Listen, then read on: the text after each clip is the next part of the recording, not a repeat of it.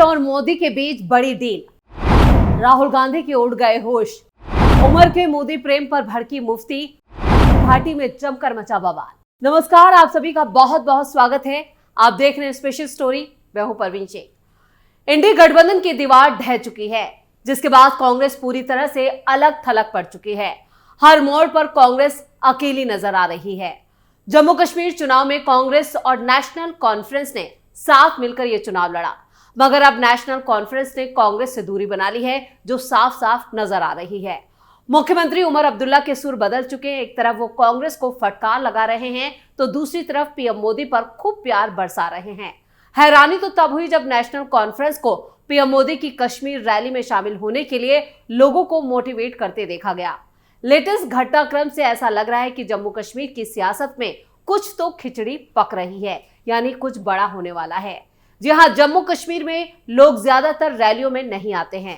रैलियों में भीड़ दिखाने के लिए सरकारी कर्मचारियों को लाया जाता रहा है, मगर इस बार नजारा कुछ अलग था। प्रधानमंत्री नरेंद्र मोदी की रैली में इस बार सरकारी कर्मचारी नहीं थे, बल्कि कश्मीर घाटी के स्थानीय लोग शामिल हुए थे, वो भी अच्छी खासी संख्या में। इसके पीछे नेशनल कॉन्फ्रेंस का हाथ बताया जा रहा है। दरअसल प्रधानमंत्री नरेंद्र मोदी ने सोमवार को गांदरबल में जेड मोड़ सुरंग का उद्घाटन किया। इसके बाद एक जनसभा को संबोधित किया। इस रैली में शामिल होने के लिए स्थानीय लोगों ने कड़ाके की ठंड और 2 फीट बर्फबारी की परवाह नहीं की। रैली में सैकड़ों की संख्या में लोग पहुंचे, जहां उमर भी पीएम मोदी के प्रेम में डूबे नजर आए। तो जम्मू कश्मीर के सीएम उमर अब्दुल्ला ने न सिर्फ पीएम मोदी की रैली के लिए भीड़ जुटाई, बल्कि उन्होंने वो कर दिखाया जो आज तक यहां पर कहे कि कोई नहीं कर पाया था। और उमर ने जिस तरह से पीएम मोदी की तारीफ की है, उससे घाटी के लोग भी हैरान हैं। मोदी की रैली के लिए उमर ने लगाई ताकत। द हिंदू की एक रिपोर्ट के मुताबिक पीएम मोदी की रैली में अधिक से अधिक स्थानीय लोग शामिल हों, इसके लिए उमर अब्दुल्ला की नेशनल कॉन्फ्रेंस ने पूरी मेहनत की थी। नेशनल कॉन्फ्रेंस के नेताओं ने गांव-गांव जाकर लोगों को पीएम मोदी की रैली में शामिल होने के लिए कहा। उनके लिए गाड़ियों तक की व्यवस्था कराई गई। दावा है कि पीएम मोदी की इस रैली में करीब 5000 से ज्यादा स्थानीय लोग शामिल हुए। नेशनल कॉन्फ्रेंस के नेता और कंगन सीट से विधायक मियां मेहर अली के मुताबिक, मैं पिछले 3 दिनों से पीएम की यात्रा की तैयारी कर रहा था। हमने कंगन और गांदरबल विधानसभा क्षेत्रों के दूर दराज और बर्फ से ढके गांवों से स्थानीय लोगों को लाने के लिए लगभग 500 वाहनों का इंतजाम किया था। लोग ये सुनने के लिए उत्सुक थे कि पीएम के पास कश्मीर के लोगों के लिए क्या क्या ऑफर है। रिपोर्ट में विधायक अली के हवाले से यह भी दावा किया गया है कि पीएम मोदी की रैली में शामिल होने के लिए किसी भी सरकारी कर्मचारी को निर्देश नहीं दिया गया था। सूत्रों का दावा है कि जम्मू कश्मीर के मुख्यमंत्री उमर अब्दुल्ला ने तो नागरिक प्रशासन के उस प्रस्ताव को भी खारिज कर दिया, जिसमें सरकारी कर्मचारियों को कार्यक्रम स्थल पर तैनात करने की बात कही गई थी। दरअसल केंद्रीय शासन के दौरान ये प्रथा थी कि विभिन्न विभागों के कर्मचारियों को सुबह सुबह इकट्ठा होने और कश्मीर में प्रधानमंत्री की रैलियों में शामिल होने का निर्देश दिया जाता था। पीएम मोदी की रैली के लिए नेशनल कॉन्फ्रेंस की इस सक्रियता ने, और वो भी ऐसे वक्त पर हुई है जब उमर अब्दुल्ला ने पीएम मोदी की जमकर तारीफ की। अब्दुल्ला ने अपने संबोधन में प्रधानमंत्री नरेंद्र मोदी की दिल और दिल्ली के बीच की खाई को पाटने और केंद्र शासित प्रदेश में विधानसभा चुनाव कराने की कोशिशों की सराहना की। साथ ही उन्होंने भरोसा जताया कि पीएम मोदी जम्मू कश्मीर का राज्य का दर्जा बहाल करने का वादा जल्द ही पूरा करेंगे। सोमवार को उमर अब्दुल्ला पीएम मोदी से गर्मजोशी के साथ मिले। कांग्रेस पर जमकर बरसे उमर अब्दुल्ला। यहाँ पर ध्यान देने वाली बात यह भी है कि उमर अब्दुल्ला इंडी गठबंधन के सहयोगी हैं। बीते कुछ वक्त से वो कांग्रेस को लगातार घेर रहे हैं। कांग्रेस जहां जम्मू कश्मीर चुनाव में धांधली का आरोप लगा रही थी, वहीं उमर अब्दुल्ला ने चुनाव शांतिपूर्वक और बिना धांधली के कराने पर बीजेपी सरकार की जमकर तारीफ की। उमर अब्दुल्ला ने कहा कि चुनाव में लोगों ने बढ़ चढ़कर हिस्सा लिया और शांति से चुनाव हुए। कहीं कोई धांधली और उपद्रव की शिकायत नहीं आए। इसका श्रेय आपको यानी पीएम मोदी, आपके साथियों और चुनाव आयोग को जाता है। महाराष्ट्र चुनाव के बाद भी कांग्रेस ने ईवीएम पर सवाल उठाया था, जिस पर कांग्रेस को अब्दुल्ला ने खूब सुनाया था। अब्दुल्ला ने कहा था कि जब आपकी जीत होती है तब ऐसा सवाल क्यों नहीं करते, जिस पर कांग्रेस बिफर गई थी और कहा था कि सीएम बनने के बाद उमर अब्दुल्ला बदल चुके हैं। तो उमर अब्दुल्ला की ना सिर्फ वो बदले हैं बल्कि उनकी पूरी सियासत ही बदली हुई नजर आ रही है। और जिस तरह से उन्होंने सोमवार को पीएम मोदी की रैली के लिए भीड़ जुटाई, पीएम मोदी की जमकर तारीफ की है, उसके बाद तो कांग्रेस के अंदर एक तरह से आग लग गई है।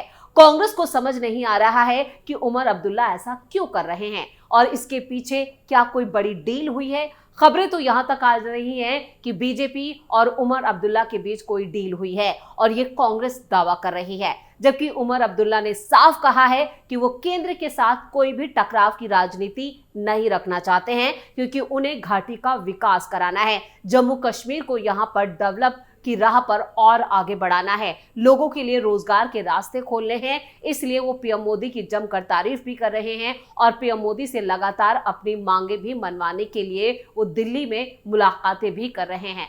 इतना ही नहीं, खुद उमर अब्दुल्ला अमित शाह से भी मुलाकात कर चुके हैं, जो बता रहा है कि उमर अब्दुल्ला सिर्फ सकारात्मक राजनीति कर रहे हैं। वो विपक्ष की निगेटिव राजनीति से खुद को दूर रखना चाहते हैं, इसलिए उन्होंने अपना पल्ला जो है वो इंडिया अलायंस से भी झाड़ लिया है। उमर के मोदी प्रेम से भड़की Mehbooba Mufti. Peoples democratic party यानी पीडीपी की चीफ महबूबा मुफ्ती ने जम्मू और कश्मीर के सीएम उमर अब्दुल्ला पर जोरदार हमला बोला है। महबूबा ने कहा है कि एक अदूरदर्शी राजनीतिज्ञ और एक सच्चे राजनेता के बीच अंतर होता है। 2003 में प्रधानमंत्री वाजपेयी ने श्रीनगर यात्रा के दौरान मुफ्ती साहब के शांति और सम्मान के नजरिए में काफी भरोसा दिखाया। भले ही पीडीपी के पास उस वक्त 16 विधायक थे, आज हमारे सीएम के पास 50 विधायकों के बावजूद अगस्त 2019 में दिल्ली की एक तरफा कार्रवाई को जायज बताना और सामान्य बनाने के लिए सब कुछ किया, जिसने जम्मू कश्मीर को उसके विशेष दर्जे से वंचित कर दिया। श्रीनगर को सोनमर्ग से जोड़ने वाली all weather Z Morh tunnel के मौके पर जम्मू कश्मीर के सीएम उमर अब्दुल्ला भी मौजूद थे। उमर अब्दुल्ला ने कहा कि पीएम नरेंद्र मोदी की कोशिशों की वजह से बॉर्डर पर अमन आया है, शांति कायम है। पीएम नरेंद्र मोदी की तारीफ करने के साथ ही उमर अब्दुल्ला ने पीएम नरेंद्र मोदी से राज्य का दर्जा बहाल करने की मांग की है। उमर अब्दुल्ला ने कहा है कि उनका दिल कह रहा है कि नरेंद्र मोदी जल्द ही राज्य का दर्जा बहाल कराएंगे। उमर अब्दुल्ला का ये कहना महबूबा मुफ्ती को कतई रास नहीं आया है। इसके बाद उन्होंने उमर अब्दुल्ला पर खुलकर हमला बोला। वहीं उमर अब्दुल्ला के इस बयान को देखकर विपक्षी गठबंधन इंडी गठबंधन में शामिल दूसरे दल भी उमर अब्दुल्ला पर हमला बोल रहे हैं। मुंबई में शिवसेना यूबीटी नेता आनंद दुबे ने कहा, जम्मू कश्मीर के सीएम उमर अब्दुल्ला बीजेपी की बी टीम की तरह काम कर रहे हैं। कुछ दिन पहले उन्होंने बयान दिया था कि इंडिया अलायंस को बंद कर देना चाहिए। उमर अब्दुल्ला चुनाव से पहले पीएम मोदी की आलोचना करते थे और आज वो पीएम मोदी की तारीफ कर रहे हैं। दुबे यही नहीं रुके, उन्होंने आगे कहा कि जम्मू कश्मीर के सीएम उमर अब्दुल्ला को अपने पिता से कुछ सीखना चाहिए। जम्मू कश्मीर सरकार में गठबंधन सहयोगी कांग्रेस पार्टी को बताना चाहिए, क्या वो जम्मू कश्मीर के सीएम उमर अब्दुल्ला के पीएम मोदी की तारीफ करने वाले बयान से सहमत हैं। उमर अब्दुल्ला और बिहार के सीएम नीतीश कुमार जैसे लोग अपने फायदे की बात आने पर इंडिया अलायंस के खिलाफ बोलते हैं। अब आनंद दुबे कुछ भी कहें, लेकिन इंडिया अलायंस अपने खात्मे की तरफ काफी आगे बढ़ चुका है, या कहें कि खात्मे की कगार पर नजर आ रहा है।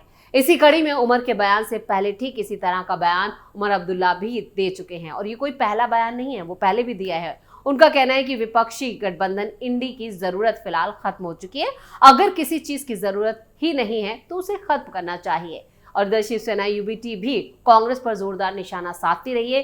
शिवसेना यूबीटी के राज्यसभा सांसद संजय राउत ने पार्टी के मुखपत्र सामना में लिखा है कि इंडी गठबंधन और महाविकास अघाड़ी ने लोकसभा चुनाव में बेहतर काम किया और इसने बीजेपी को पूरी तरह से बहुमत में आने से रोका। वहीं ठीक इसी तरह का बयान उमर अब्दुल्ला पहले भी दे चुके हैं। उनका कहना है कि विपक्षी गठबंधन की जरूरत फिलहाल खत्म हो गई, अगर किसी चीज की जरूरत नहीं है तो उसे खत्म करना ही सही है। संजय राउत ने कहा था कि अगर अब ये भावना आ रही है कि इंडी गठबंधन को खत्म कर देना चाहिए तो इसके लिए कौन जिम्मेदार है, यानी सीधे तौर पर यहाँ पर इसका जिम्मेदार कांग्रेस को बताया गया।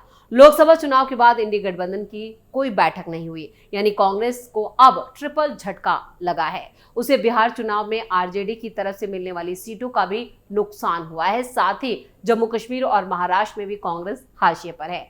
कांग्रेस इन ट्रिपल अटैक से कैसे निपटेगी, इसके लिए भी यहाँ पर कह सकते हैं क्या कांग्रेस का आगे स्ट्रेटेजी होगी वो आने वाले वक्त में दिखाई देगा। फिलहाल तो कांग्रेस पूरी तरह से हाशिए पर नजर आ रही है। ममता बनर्जी ने बढ़ाई कांग्रेस की परेशानी। इसी महीने तृणमूल कांग्रेस के अध्यक्ष और पश्चिम बंगाल की मुख्यमंत्री ममता बनर्जी ने कांग्रेस की परेशानी काफी बढ़ा दी है। एक मीडिया इंटरव्यू में ममता बनर्जी ने इंडी गठबंधन की कार्यशैली पर निराशा जाहिर की और कहा कि सबको साथ लेकर चलना चाहिए। उन्होंने आगे कहा कि जिम्मेदारी मिलने पर वो विपक्षी गठबंधन का नेतृत्व करने में सक्षम हैं। विपक्ष के कई सीनियर नेताओं ने उनके इस बयान का समर्थन किया। एनसीपी प्रमुख शरद पवार ने कहा था कि ममता बनर्जी देश की एक प्रमुख नेता हैं और उनमें वो क्षमता है कि वो इंडिया अलायंस का नेतृत्व कर सकती हैं। वहीं आरजेडी सुप्रीमो लालू यादव ने भी कहा कि वो ममता के साथ हैं और उन्हें इंडी गठबंधन का नेतृत्व करने दिया जाना चाहिए। इसके अलावा समाजवादी पार्टी, नेशनल कॉन्फ्रेंस, सभी जो सहयोगी दल है वो एक एक करके इस पर राजी हुए। हालांकि कांग्रेस नेताओं को ममता का ये बयान नागवार गुजरा। कांग्रेस सांसद मणिकम टैगोर ने उनके बयान को एक अच्छा चुटकुला करार दिया था और इसे खारिज कर दिया था। कांग्रेस नेता उदित राज ने कहा कि जो अपनी पार्टी को बंगाल से बाहर बढ़ावा नहीं दे सकी वो राष्ट्रीय स्तर पर कैसे लड़ेंगे। वहीं बिहार कांग्रेस अध्यक्ष अखिलेश सिंह ने कहा कि विपक्षी गठबंधन का नेतृत्व करने के लिए टीएमसी पर्याप्त बड़ी पार्टी नहीं है। यानी अभी भी कई ऐसे सहयोगी दल भी हैं जो अभी भी कांग्रेस पर भरोसा जता रहे हैं, लेकिन कांग्रेस की तरफ से अभी इस पर पूरी तरह से अपनी जो तस्वीर या कहे अपना स्टैंड है वो साफ नहीं किया गया है कि इंडी गठबंधन है या खत्म हो गया है। लेकिन जो सहयोगी दल हैं वो ये करार दे चुके हैं कि अब इंडी गठबंधन का कोई वजूद नहीं है। स्पेशल स्टोरी में इतना ही। वीडियो कैसा लगा कमेंट करके अपनी राय जरूर दें। वीडियो को लाइक करें, शेयर करें और कैपिटल टीवी को सब्सक्राइब जरूर करें। धन्यवाद।